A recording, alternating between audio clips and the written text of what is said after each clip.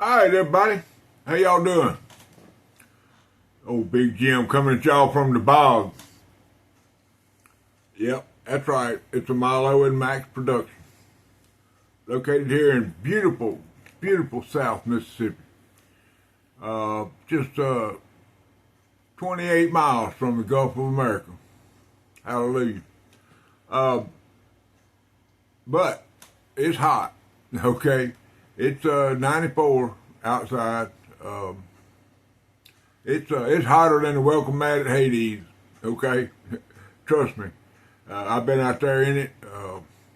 This morning I got a call from one of my, I don't want to call it a ministry or my outreach. How about that? That's my outreach. I have people from time to time call me up and say, hey man, I need a ride, or I need this, or I need that. And whenever I can, I try to help folks. I ain't got a bunch to give, but I can give my time and try to give them some of my wisdom and try to give them some of my knowledge. Doesn't always work out that way. They don't always listen. They have, the way my daddy talked the devil to me was, you got Jesus sitting on this shoulder, and you got the devil sitting on this shoulder, and the devil's always constantly. He's talking to you. Hey, look here, look at that, over here, over there, look at that, look at this, look at this. And then over here, your father has, well, maybe you should think about that. And he's saying, maybe you should look at both sides of that. Or maybe you should accept this. You know, he's always giving you the things you need to make a proper decision. So, and sometimes some of these folks that I deal with in my outreach they don't listen but to this guy, okay, and that's fine. You know, I put a question in this person's head today, and told him that he needed to think about that. And when he got out of the truck, he told me he appreciates it. He said, man, I appreciate you telling me that about what I need to think about. And I said, well, I'm not going to tell you what to do. I'm not going to tell you how to act, and I'm not going to tell you when or why, whatever. But I am going to tell you that you need to answer that question for yourself, not for me. I said, I know the answer.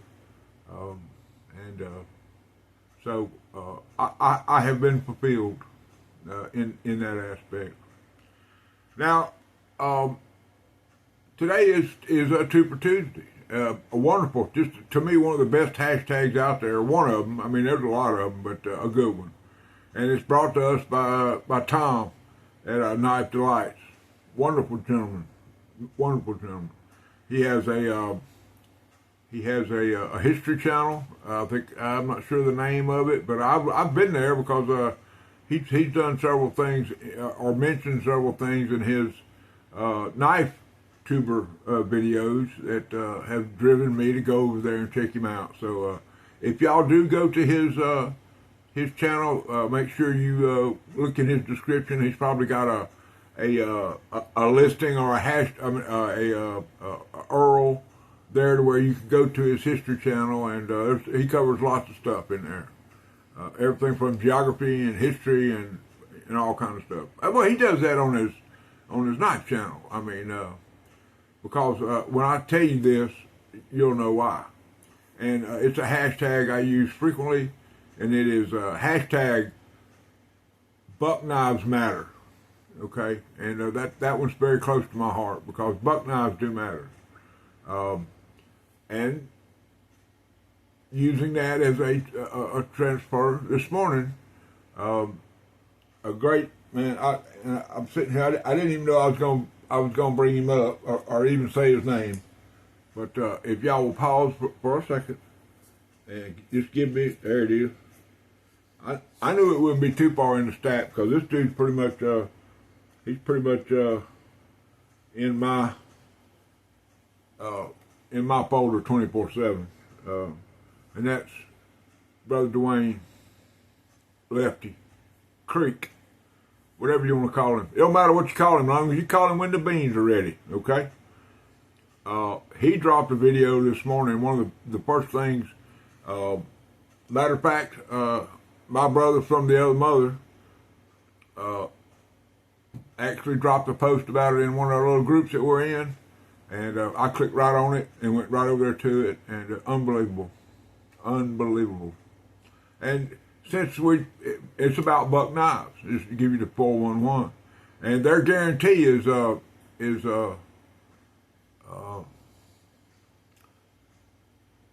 anyway, I can't, I just had one of them brain things. But anyway, his passion for the Lord was brought forth in this video, just like his new passion for buck knives.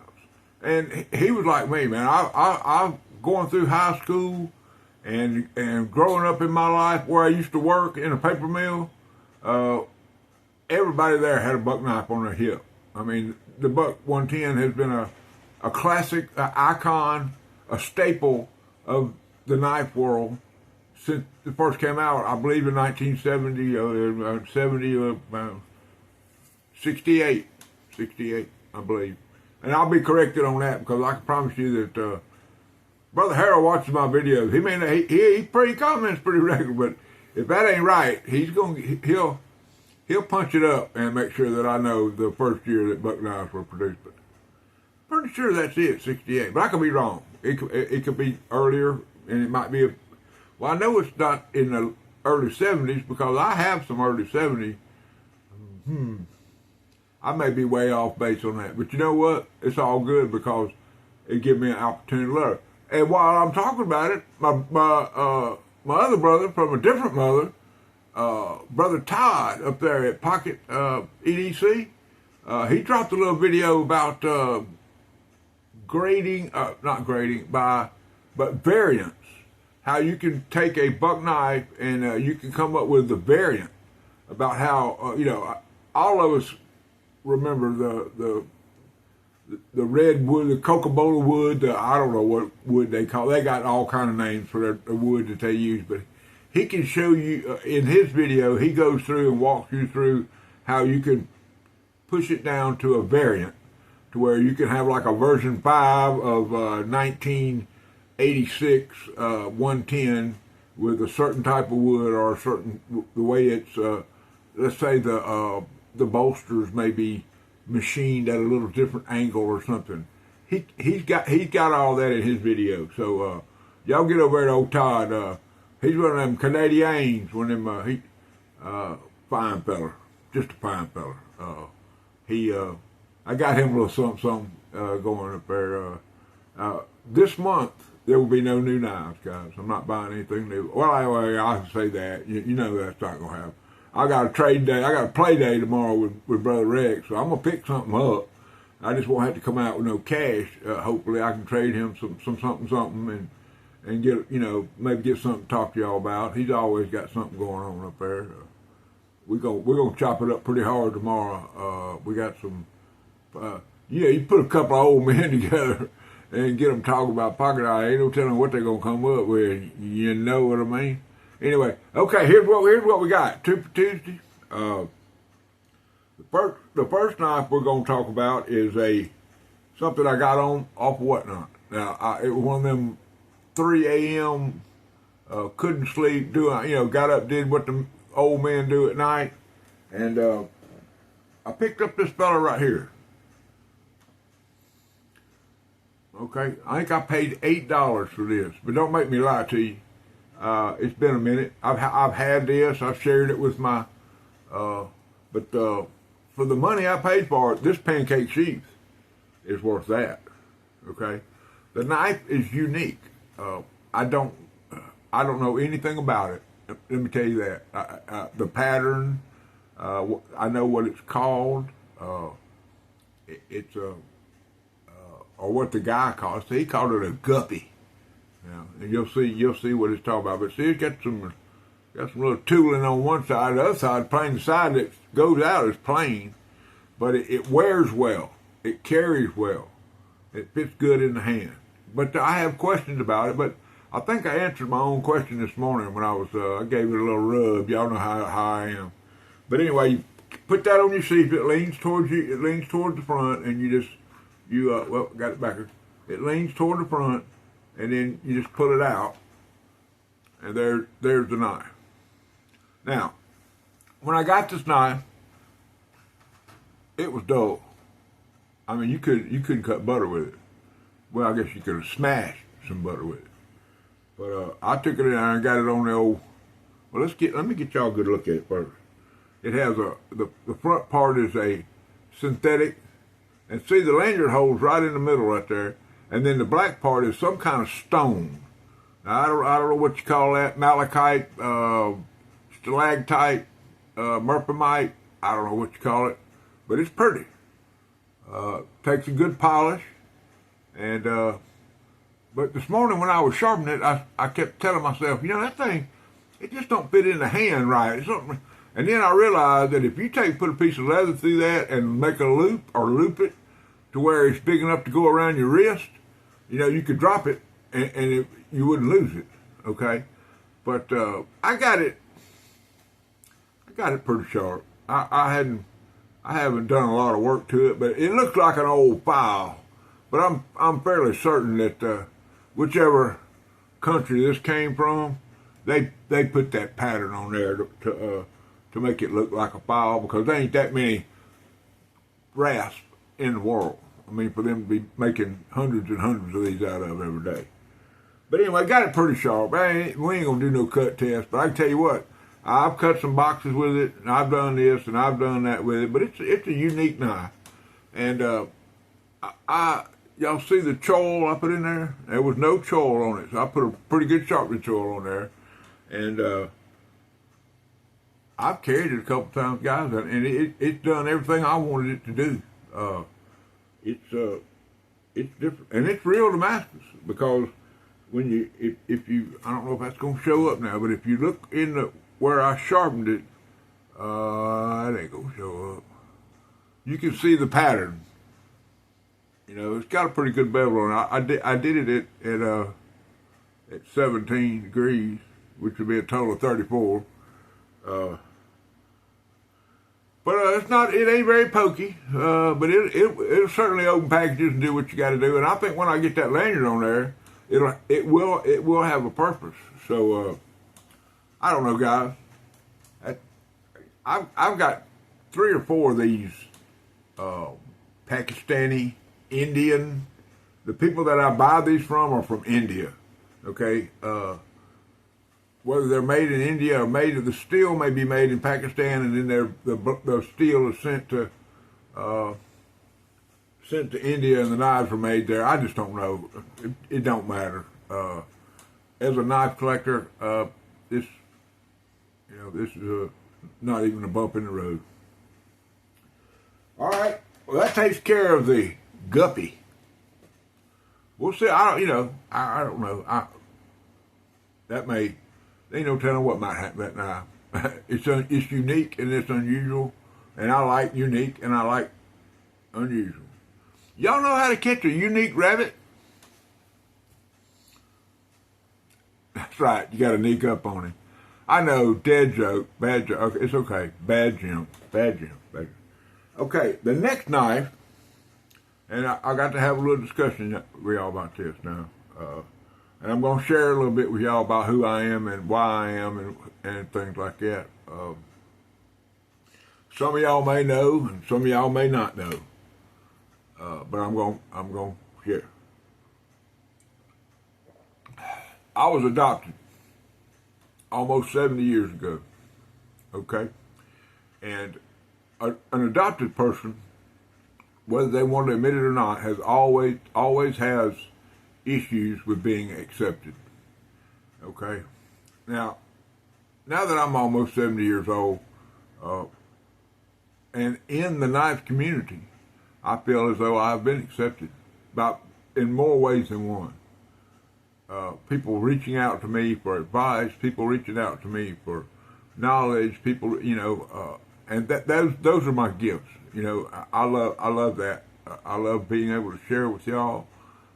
That's why I am so blessed to be a member of this community. But the internal thoughts and things like that, like when somebody questioned my religion a while back, man. They got next to me, and it was being accepted in this community was a earmark of some of the reason that I kind of got sideways with whoever that I couldn't even tell you who it was. Don't care. Yeah. But anyway, every day when I go to the mailbox, it's like I want to give you. And it blows my mind sometimes. Now, when I said that I thought I want to give you, I forgot something very important. Okay? So what I'm fixing to do, and this is only going to last, y'all won't even know I'm gone, but y'all, I'm going to pause this video right here, the recording, and then I'm going to come back, because I forgot what I got yesterday in my bedroom, and I'm fixing to go get it. So y'all just hold on 1 second. Well, okay, I guess that didn't hurt at all, did it? I don't know, might hurt. Y'all have time to go get you some cup of coffee or Diet Coke or whatever it is y'all drinking. Popcorn, maybe a pack of nabs. All right, I went to the mailbox yesterday and there was a package in there. Now, I've been tracking this package for 12 days, I think it was. Maybe longer than that, I don't know. It even got to the point where the gentleman that sent it to me sent me a email and concerned with the United States Postal Service and whether or not it was ever going to get here or not. But it did. It showed up, and thank God, man, it did, y'all. So I am now, and I dropped y'all a little hint yesterday about this thing, because I had picked it up before I did my video yesterday. But I'm going to introduce y'all to the newest family of the Bog, or at the Bog, the International House of Barlow. Okay, he's a new member, and he's welcome, and he's already been given a name, and I will cherish this. Y'all see that picture back there? That if I can get my finger, see that picture right there? That's an Elefante. That was sent to me by a great gentleman, that pocket knife guy, Brother Thomas. He knows. Right above that's another Elefante, and up on top of my china cabinet right there is about 20 of my little statuettes and things. Now, I haven't really established where this guy's going to go yet, but let me introduce y'all to the newest member here at the Bog.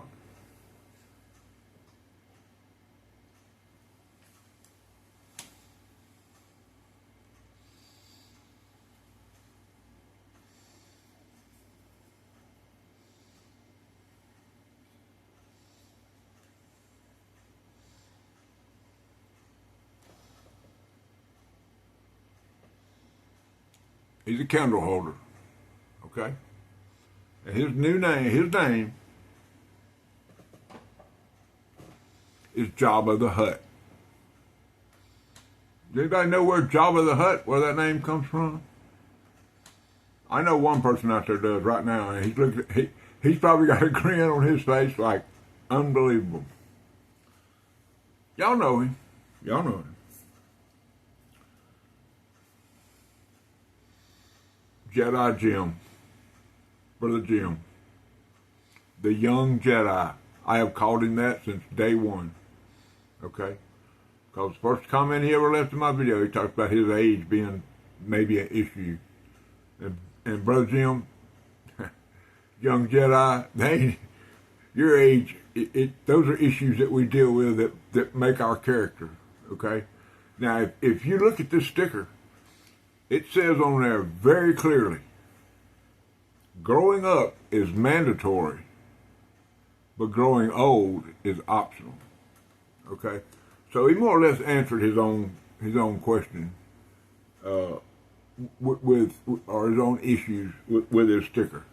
I think that's the OG, and here's the new one that I have. Now he may have a new one out by now, I just don't know. He didn't include, the only correspondence in the letter was one typewritten sentence, which I'm gonna keep between me and him. But Jabba the Hutt is now a welcome member of this family. Okay, And look, last night I had it in there. The reason it was in the bedroom, I had it in there. Put it, and I opened it up outside. I put it back, wrapped it up, put it back in the box, and made sure I didn't want it to get any damage at all. He may make an appearance next time I do a tabletop. He may make an appearance. Give me some of them little 4-inch emergency candles, and get one of them burning and glowing, and might even do a short with him dancing around in there with something. Don't ever know. But anyway, Jabba the Hutt is now a member of the Boss. All right, now, and while we're talking about Jedi Jim, ain't this a Pocket Knife channel?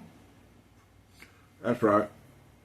And brother, Jedi Jim was one of the first guys that reached out to me when I started my channel, which was, we're coming up on a year. It was August. I think it was August 17th of 2024. I saw a mama and a fawn running across my front yard into what I call the jungle, where Max and Milo go over there and chop it up. We got a cat over there, I call him Dot Kitty. He got a big dot right on his back. I don't know his name, but Dot Kitty is what I call him.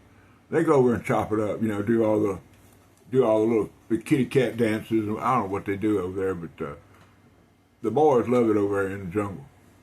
But anyway, the deer ran over in the edge of the jungle and hid her fawn up in the an azalea clump that's over there, and she was out on the outskirts, and I got a video of that. And I feel sure when my anniversary comes up, I will repost that video for y'all. It ain't nothing. It's just an old fat man looking out the window with his camera. That was the video that made me I was determined that if the knife doctor could do it, I can do it.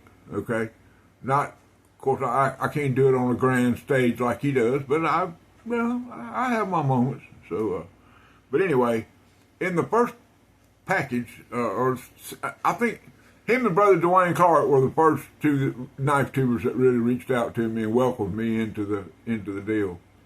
And the package I got from Jedi Jim had several gifts in it. One of them was a crocheted cross that his wife had done. I have a presentation Bible that's in my bedroom, and that's prominently laid across that Bible with on my favorite verse, Luke 6, my favorite chapter, Luke 6. And he sent the stickers, and there was 2 or 3 other things. But if y'all watch my videos long enough, y'all know I haven't taken this thing off. It never comes off. Shower with it on, shake hands with it on. Everything I do, I have this prayer bracelet on my wrist. I don't know that I can get it off. I mean, it was tight going on, and it's gonna stay on. And what I'm gonna do, man, what I'm gonna do is I'm gonna load a package up. I'm gonna send it to Jedi Jim with a request. Okay? Look for it, Jedi. Look for it. Anyway, he included a cutter. He sure did. Look here. The tracker. There's your part number. Frost Cutlery does a good job. Look at that. Part number on both ends. Got all your information on there. It's a 5-inch closed plastic handle, rubber inserted, metal clip and thumb stub with a metal liner, and comes with a nylon sheath. Now, I didn't get the nylon sheath, which is okay. That's fine. You can get these on eBay and most all of your knife places where you can buy knives. They're $12 to $25 depending on where you get it and what shape it's in and all that. And listen here. And y'all guess what that is? Very first letter that I got from Jedi Jim. I should have looked that letter up, brought it out here and read it, yeah. But still in the box. It ain't left there. This might be the first time I ever touched it. It's a penny. And he goes into a great detail about how his grandfather instructed him on proper etiquette in giving somebody a knife. And to this day, he follows that. I think the last person I saw that got one was maybe I don't know. Might have been by Brother Byron at Splitting Splices. I think he got a knife, or maybe he just went over the package that he got from him. But so in honor of Jedi Jim today, let me see if I can get it out of my pocket. I never think about this, my stuff in my pocket. Okay, yep, there it is. I am carrying the Frost Cutlery 5-inch with rubber inserts knife. Look at them bare feet on there. Y'all see that?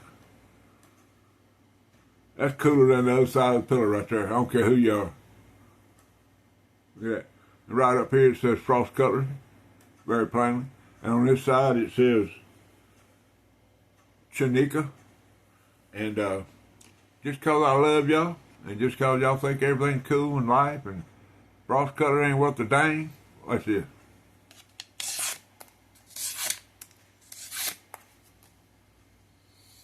That's a wax playing card with plastic in the middle, okay, from the President Casino, okay, that got blown away in Hurricane Katrina. It's no longer anywhere, it's not even on Earth.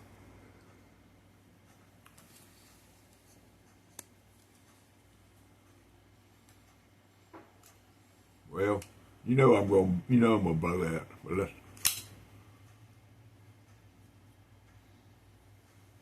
Man, I got